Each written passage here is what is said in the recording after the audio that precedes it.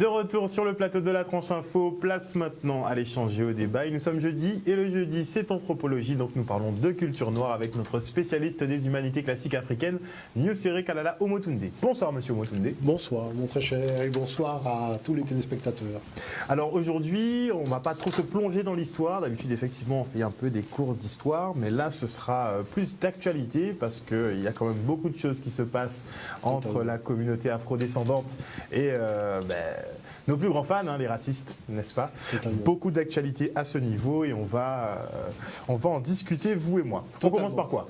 C'est-à-dire qu'en fait, juste avant d'attaquer le côté un peu pernicieux, parce qu'il s'est passé quelque chose de grave à la Sorbonne en 2019, et c'est vrai que la presse en a fait écho, les médias se sont emparés de l'affaire, mais je voudrais revenir quand même sur un dossier, parce qu'il y a des choses qui n'ont pas été dites et qu'il faut éclaircir. Mais néanmoins, moi, je trouve intéressant de commencer par l'intervention de Patrick Evra contre le GRAE, qui est le président de la Fédération française de football. Parce que si on a la possibilité d'ailleurs d'écouter ce qu'il a dit, ça peut être intéressant.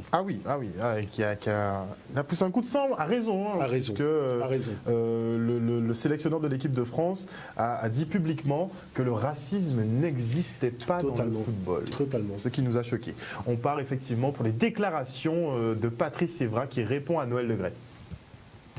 I don't love this game. Ah non, I don't love this game. Et en plus, tu vois, je vais donner des exemples. Je suis obligé. Je suis pas une balance, Noël. Mais là, là, je suis obligé de parler. Au château. Tu sais très bien ce qui se passe au château. Combien de lettres on reçoit racistes, des lettres.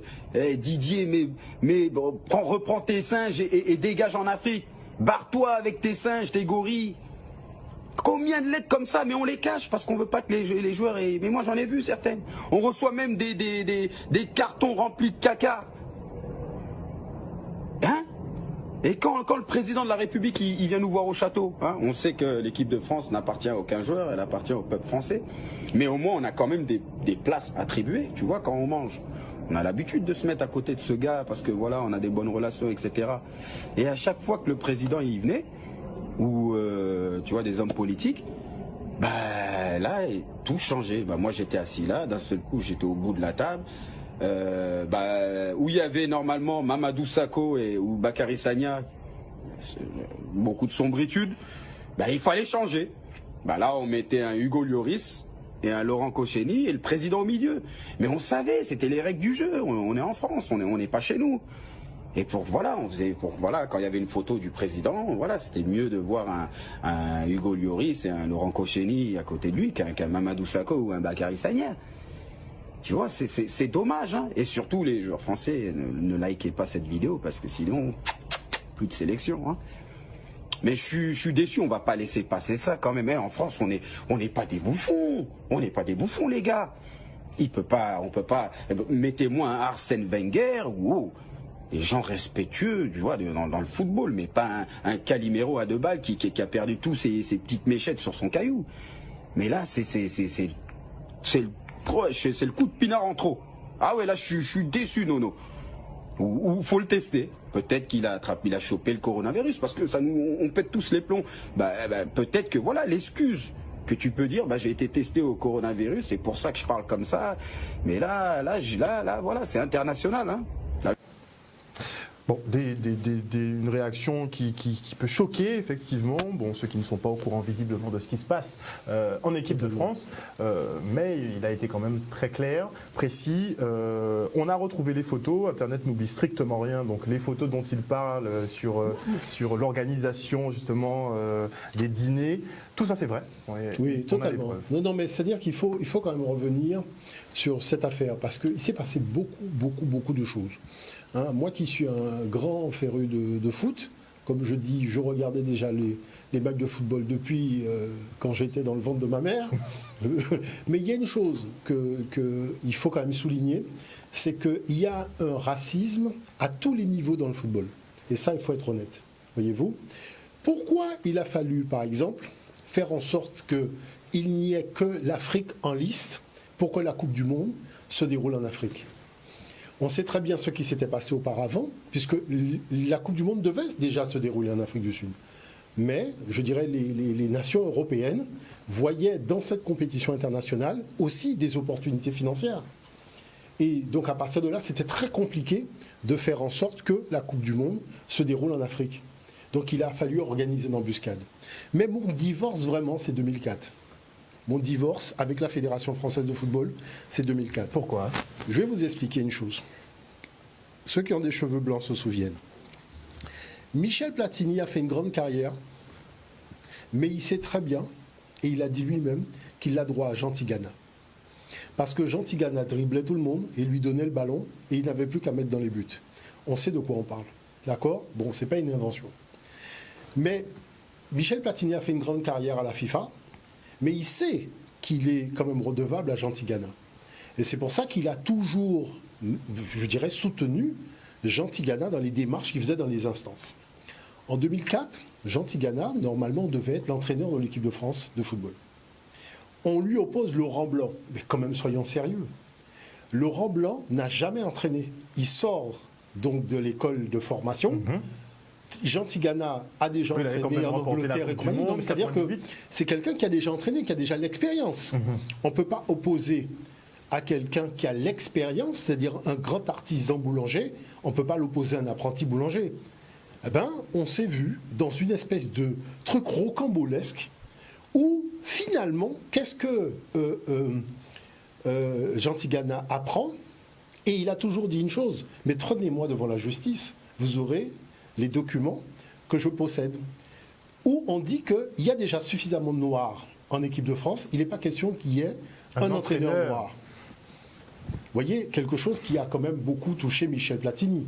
Parce que, je dis une chose, Michel Platini a toujours agi pour faire en sorte que Jean Tigana puisse aussi évoluer dans les instances. Mais cette affaire a dégoûté Jean Tigana. Lorsqu'il y a eu l'affaire maintenant Laurent Blanc en 2011, où il a dit qu'il faut discriminer des enfants de 12 ans, parce qu'on se retrouve avec des joueurs de foot qui ont une carrure très physique, très machin, et on a besoin de gens beaucoup plus malins qui veulent avoir une lecture du jeu. Donc il faut supprimer les Noirs et les Arabes. Qu'est-ce que la fédération a su rajouter ? On se retrouve avec des joueurs formés en France et après qui choisissent leur équipe nationale africaine, que ce soit pour l'Algérie, le Maroc ou l'Afrique subsaharienne. Qu'est-ce qu'il y a eu comme sanction ? Rien, même Mediapart l'a dit. Mediapart a dit que finalement ça a fait pchit, c'est-à-dire qu'alors qu'on s'attendait à des grandes sanctions, des petites mises à pied, des petits trucs, il ne s'est rien passé du tout. Là, aujourd'hui, je pourrais revenir sur l'affaire Anelka, parce que ce qui s'est passé vis-à-vis d'Anelka, ça ne se fait pas. Vous voyez ? Parce que lorsqu'il y a une discussion dans un vestiaire, une discussion ne peut pas sortir dans la presse comme ça. Et puis, on va affubler, parce que moi, je vois des choses qui sont extraordinaires. Lama a été sanctionné pour, un petit joint. Mais les frères Karabachi qui jouent au handball, ils ont quand même parié dans des matchs dans lesquels ils jouaient. Exactement. C'est-à-dire et se sont fait épingler. Attendez, pour ça. Et ils ne jouent pas jusqu'à aujourd'hui ? Ils ne continuent pas à être en équipe de France ? Si c'était des Noirs qui avaient fait ça, mais c'était radié direct. C'était radié direct. Pourquoi la femme de Aouro, l'ancienne avançante de l'équipe du PSG, aussi a parlé ? Parce qu'elle a vu comment son mari a été traité dans certaines instances. Et je ne parle même pas des joueurs africains. Dernièrement, Olivier Dacour a fait une émission très intéressante, une séquence sur le racisme dans le foot. Il a été dans beaucoup de pays, en Italie et autres. Donc je pense que ça ne grandit pas la fédération. Et moi, je dirais une chose, tout autant qu'il n'y a pas un noir président de la Fédération française de football, je considère que c'est une instance qui est fondamentalement raciste. Pourquoi je le dis ? Je le dis parce que si vous allez sur Internet, vous tapez Fédération française de football et racisme, mais vous allez voir le nombre d'affaires qu'il y a eu, vous allez voir les dossiers, parce que tout est sur Internet. C'est-à-dire tout est là. Il y a une problématique. Non, c'est-à-dire institutionnellement parlant, je trouve par exemple, je vais donner encore un autre exemple, ces jeunes des banlieues, dont on dit des banlieues, qui sont arrivés en équipe de France. Quand est-ce que l'équipe de France a commencé à passer à un cap supérieur ? C'est pas quand les jeunes des banlieues sont arrivés ? Justement, les Noirs et les Arabes. Combien d'argent la fédération a touché quand il a fallu renégocier les contrats avec les partenaires sponsors ?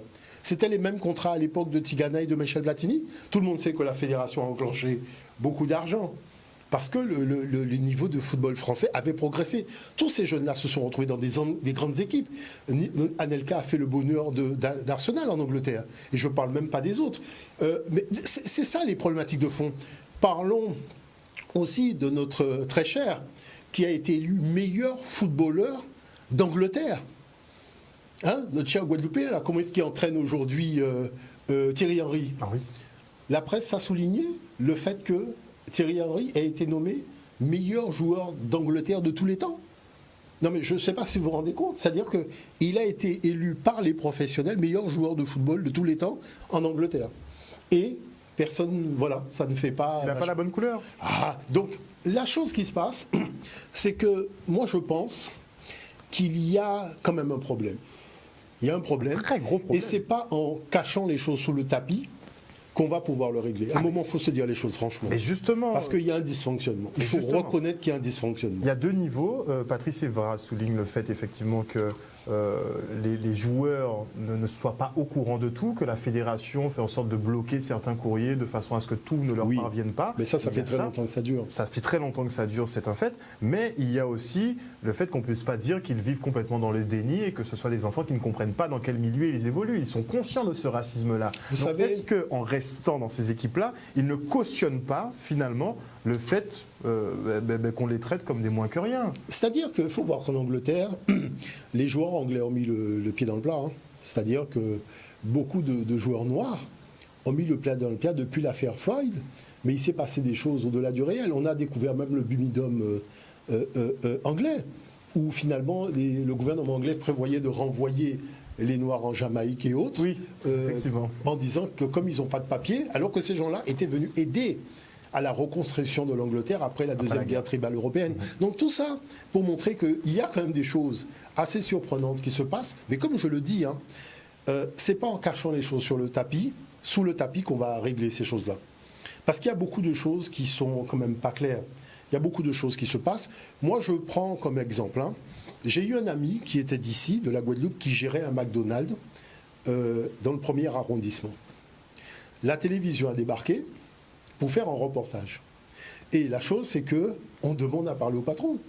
Donc il arrive, on dit non, on veut parler au patron. Parce que dans la tête de ces gens, le patron ne peut pas être noir. Vous voyez? Donc lui, il explique une chose à la télé. Il leur dit, écoutez, moi je suis en rendez-vous avec la direction. Je ne peux pas m'occuper de vous pour le moment. Ce que je vous propose, j'ai mon bras droit, il va s'occuper de vous et vous allez organiser votre reportage dans mon établissement. Il regarde le reportage le soir, il y a que des blancs. C'est-à-dire que les noirs qui étaient à la caisse, on les a mis derrière en cuisine. Quelques blancs qui étaient en cuisine, on les a mis devant. Enfin, ils ont organisé un truc. Il m'a dit, quand j'ai vu le reportage, je n'ai pas reconnu mon Comme pour les photos de foot. Donc, mais oui, mais c'est-à-dire que, comme pour les photos de foot, tout le monde a vu que lorsque la France a gagné récemment la Coupe du Monde et qu'il a fallu faire des photos, comment ça se fait que tous les noirs se trouvent derrière? Exact. Tous les noirs se trouvent derrière, les blancs sont devant. Et c'est-à-dire qu'on veut rejouer. Mais c'est exactement le même problème de Gaulle. Quand il a fallu faire le défilé de Paris, la victoire de Paris, mais les Américains l'ont dit, le whitening, c'est-à-dire le blanchiment. On a pris des gens qui n'étaient même pas soldats, sous prétexte que comme ils sont blancs, ça va leur donner un habit, et on va les faire défiler à la place des Noirs qui ont vraiment combattu. Vous voyez ce que je veux par là? C'est-à-dire que ce n'est pas un problème, je dirais, il faut bien comprendre une chose, ce n'est pas un problème de la Fédération française de foot, c'est un problème de la France. C'est un fonctionnement franco-français. C'est la France qui est profondément Quand on a mis Harry Roselmack le dimanche à la télévision sur TF1, mais c'était honteux. Même avant. Mais c'est-à-dire c'était... Au JT de 20h. Oui, au JT de 20h. Mais c'était honteux ce qui s'est passé. Moi, je ne vais jamais oublier que dans un débat qui a été organisé par un parti politique, où il y avait M. Raffarin et compagnie, et qui avait souhaité que la communauté noire puisse s'exprimer directement donc à la bourgeoisie française et parisienne. Dans ce débat, parce que l'affaire était partie, je dirais, mais vraiment en vrille, hein, c'est-à-dire avant même qu'on ait eu l'opportunité de nous exprimer, c'était Madame Calix Bayala qui était porte-parole et on avait aussi un avocat d'affaires qui était chargé de parler, de s'exprimer, puisqu'on avait bien organisé les choses. On nous a envoyé des paquets de cigarettes, enfin, des choses vraiment, des trucs de maternelle, quoi. On est venu discuter sérieusement, on se retrouve dans une histoire de dormir debout. Parmi ces gens, je ne vais jamais oublier, il y avait un monsieur qui était américain, un blanc américain, donc d'ascendance européenne, qui s'est levé et qui a fait un discours en disant mais c'est honteux de voir qu'un pays qui se dit civilisé, qui se dit puissance mondiale, fait une histoire à dormir debout pour un noir qui présente un journal le dimanche. Alors qu'en Angleterre, il y a des noirs qui présentent les journaux tout le temps. Dans tous les pays. En Belgique, dans tous les pays. Vous allez dans tous les pays européens. Ils ont déjà passé ce cap. C'est un cap qui est déjà passé depuis très longtemps. Là, vous êtes en train de faire un cinéma pour une affaire comme ça. Mais moi, je tiens quand même à souligner, il y a encore plus fort que ça. Vous savez que la Ligue de défense noire est intervenue au mois de mars 2019 à la Sorbonne. On dit qu'ils ont saccagé la Sorbonne, ils ont fait toute une série de choses. Parce qu'il y avait, M. Egoutchi passe. Voilà, parce qu'il y avait un blackface. Mais moi, je voudrais revenir sur la façon dont tout cela a été traité par les médias. Pourquoi? Parce que moi, depuis, j'ai écrit un livre qui s'appelle Pélagia. Vous voyez, Pélagia, c'est le nom du continent européen où c'étaient les Noirs qui étaient là. Et c'est les Noirs qui ont tout construit au niveau du continent européen. Il faut le savoir. Le latin, ce sont les Noirs qui parlaient latin.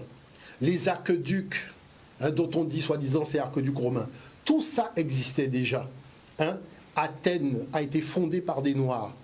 Et j'ai montré dans l'ouvrage que les Australiens, quand ils ont raconté cette histoire-là, le roi Cécrops, qui est le roi qui a enseigné le mariage aux Européens, qui leur a enseigné l'aéropage, ce qu'on appelle l'Assemblée nationale, et toutes ces choses-là, puisque eux-mêmes reconnaissent que c'est un roi nommé Cécrops, qui leur a appris ce qu'on appelle le mariage aujourd'hui, puisque tout le monde pense que le mariage, ça vient de l'Europe, alors que c'est l'Afrique qui a appris aux Européens le mariage.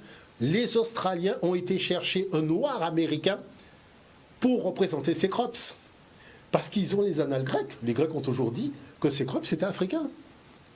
Est-ce que vous voyez? Donc moi j'ai amené un premier document, c'est justement le frère Béanzin qui parle, après être sorti de la Sorbonne, donc des hauts faits d'armes qu'ils ont réalisés. Et c'est important quand même de revenir après avec M. Brunet, qui est quand même celui qui est à l'origine en fait, de cette affaire-là. Et on écoute donc la première vidéo. Voilà. Qui est président justement de la Ligue de défense noire africaine. Et qu'on salue effectivement pour le travail qu'il fait, parce que bon... effectivement, il a dit, chaque communauté a une ligne de défense, sauf la nôtre. Il l'a créée, mais il s'attire les foudres du gouvernement français quasiment tous les jours. Parce qu'il est un peu musclé. Bon, je dirais c'est son tempérament. Mais il y a quand même des choses qu'il faut souligner. Et ça, c'est important. On part sur le premier document. Et voilà, donc on tenait à remercier tout le monde encore une fois, une victoire ce soir. On est venu à la Sorbonne, on a bloqué les 3 entrées de la Sorbonne, on a réussi à faire annuler le spectacle ce soir. On est venu avec les frères de la BAN, ils sont juste à côté. Donc on tenait à remercier tout le monde, on tenait à remercier les étudiants qui ont contribué, qui nous ont alertés, qui ont participé à ce blocage pour dire non au blackface, stop au blackface. Donc ce théâtre n'a pas eu lieu ce soir, vous voyez, on est avec les frères de la BAN. Donc voilà, c'est juste pour vous dire merci. Il n'y a pas de victoire sans combat. Ouais, donc les gars, on est venu rejoindre la SDNA et on a réussi à faire annuler cette représentation raciste qui est le blackface. Ils n'ont pas forcément compris nos explications, mais la mort dans l'âme, ils ont été obligés d'annuler. Et donc c'est une bonne chose de pouvoir allier les forces entre collectifs et d'être efficace de cette façon-là. Et voilà, il faut que ça continue dans cette direction et qu'on ne laisse rien passer. Parce que, comme dit Gucci, comme le dit souvent, il n'y a pas de victoire sans combat. Et ce soir, encore, en fusionnant nos forces, on a encore réussi à faire annuler. C'est pour nos enfants, pour l'avenir de nos enfants, pour la libération de l'Afrique, tout est lié de toute façon. C'est ça. Donc pour notre communauté, il faut qu'on continue à combattre. Merci à vous. Merci beaucoup. C'était la LDN. Donc Ligue de défense noire africaine qu'on reconnaît effectivement grâce à ces actions choc et qui veulent mettre un terme à toutes les pratiques racistes quelles qu'elles soient, et ils ne discutent pas trop dès qu'il y a un problème, comme ça s'est passé d'ailleurs à H&M avec le fameux t-shirt de singe. Ils sont descendus à H&M et ils ont contraint le magasin justement à retirer les articles de la vente. C'est-à-dire que moi cette affaire illustre un certain malaise et la fourberie française en matière historique. Vous voyez ? Parce que, je dirais, la façon dont les choses ont été traitées, c'est indigne non seulement de la Sorbonne en tant qu'institution, mais aussi de gens qui sont censés représenter les valeurs de la République. Parce que là, on est dans... C'est pas simplement le racisme, hein, on est dans de la fourberie, de la bassesse, voyez, et aussi le fait qu'on exploite l'ignorance que les Noirs ont de leur histoire pour pouvoir organiser des embuscades et faire en sorte de s'en tirer sans qu'on ait la possibilité de voir la gravité de ce qui a été fait et de ce qui a été dit. Tout le monde sait que lorsqu'on fait un blackface, ça veut dire qu'on prend des personnes d'ascendance européenne dont on noircit le visage pour jouer le rôle de noir. La chose qu'il faut savoir sur le plan historique, il y a deux types de blackface. D'accord ? Si vous allez dans les campagnes reculées en Europe, vous avez des fêtes agraires où les gens se mettent effectivement du cirage sur le visage pour être noirs. Mais c'est dû à quoi ? Parce que les habitants qui étaient là avant étaient noirs. D'accord ? Ça, il faut le savoir. Les Moreau, Morel, Morland, d'accord ? Tous ces gens-là, certains d'ailleurs m'ont critiqué un moment, je leur ai dit allez faire un test ADN. Ils ont été faire leur test ADN, on leur a dit vous êtes d'Afrique subsaharienne. Donc, la chose c'est clair. On a les armoiries, on a tout ce qu'il faut. Mais ce qui a été fait sur le plan médiatique après, c'est du grand art. Est-ce qu'on peut regarder le deuxième document ? Parce que là, ça va nous permettre vraiment de rentrer dans le vif du sujet. En roule. Un noir peut être représenté par un blanc, sinon par le maquillage ou par le masque.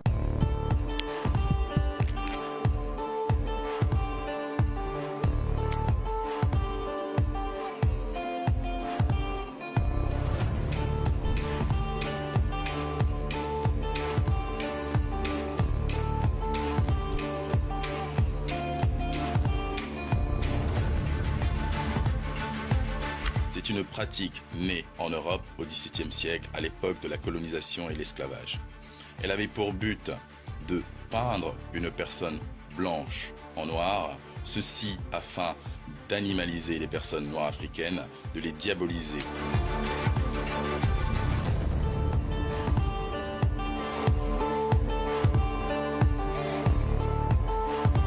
Alors le projet de masque, je l'ai eu depuis le début et puis en fait je ne sais pas pourquoi ça n'a pas marché. Donc on a maquillé les acteurs et on a travaillé avec des acteurs européens maquillés d'une couleur très foncée, brune, cuivre, presque noire.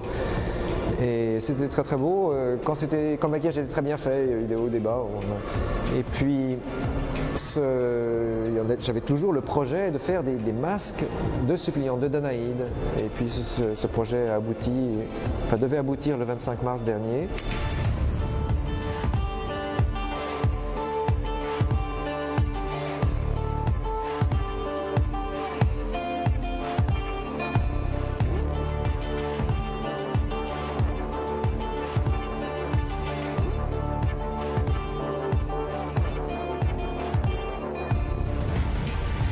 Dans le théâtre tel qu'il s'est créé, largement même inventé à Athènes, les personnages portent des masques et c'est le masque qui définit le personnage. Ça permet à un acteur de partir et de revenir avec un autre masque, donc de changer de personnage. Ce personnage, d'ailleurs, et masque, en français ce sont deux mots différents, mais en grec c'est le même mot, prosopon.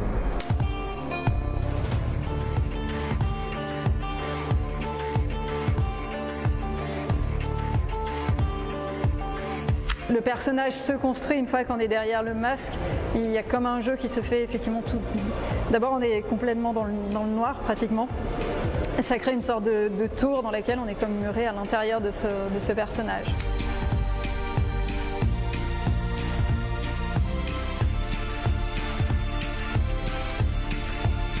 Il faut distinguer la tradition du masque, qui elle est théâtrale, et la tradition du déguisement, de se peindre la peau en noir, qui elle est une tradition raciale et raciste.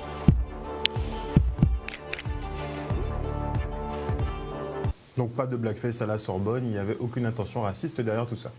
En fait, vous venez d'assister à une escroquerie intellectuelle de grande envergure. C'est bien fait, c'est bien construit, mais là, on va arrêter de plaisanter. Parce que il n'y avait pas de Noirs, il n'y avait pas de Blancs, d'Européens, à l'époque où ces faits-là sont arrivés. La pièce d'Eschyle, Les Suppliantes, se déroule à un moment où des Noirs qui sont en Afrique retournent voir la famille qu'ils ont en Europe.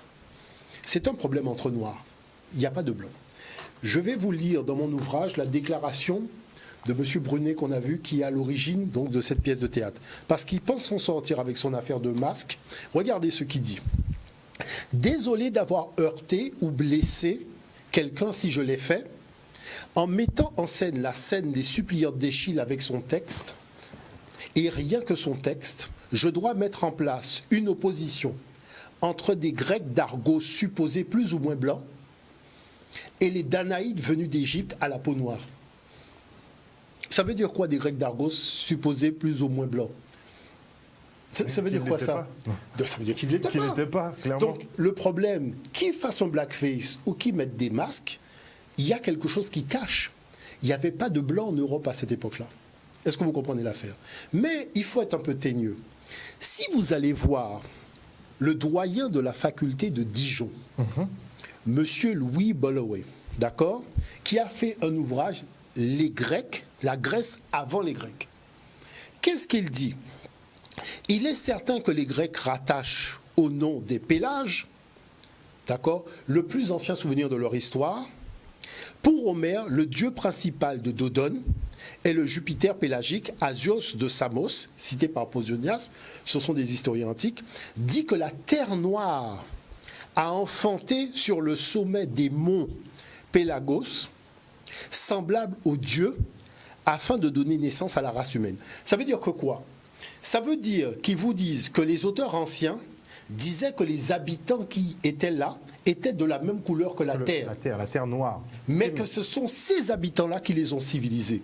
Parce que quand les Européens sont sortis du lac Baïkal et qu'après ils ont fait le stage en Géorgie, ils sont arrivés en Europe à l'état sauvage. Et vous verrez à chaque fois, moi c'est pour ça que j'ai mis les éléments, à chaque fois dans les récits des anciens, repris par les doyens un petit peu sérieux des différentes facultés françaises, il y a ça. Regardez par exemple ce qu'il dit. On va se quitter. D'accord, mais on va continuer. Et on revient avec cette analyse. là-dessus parce que c'est important de comprendre ça, totalement.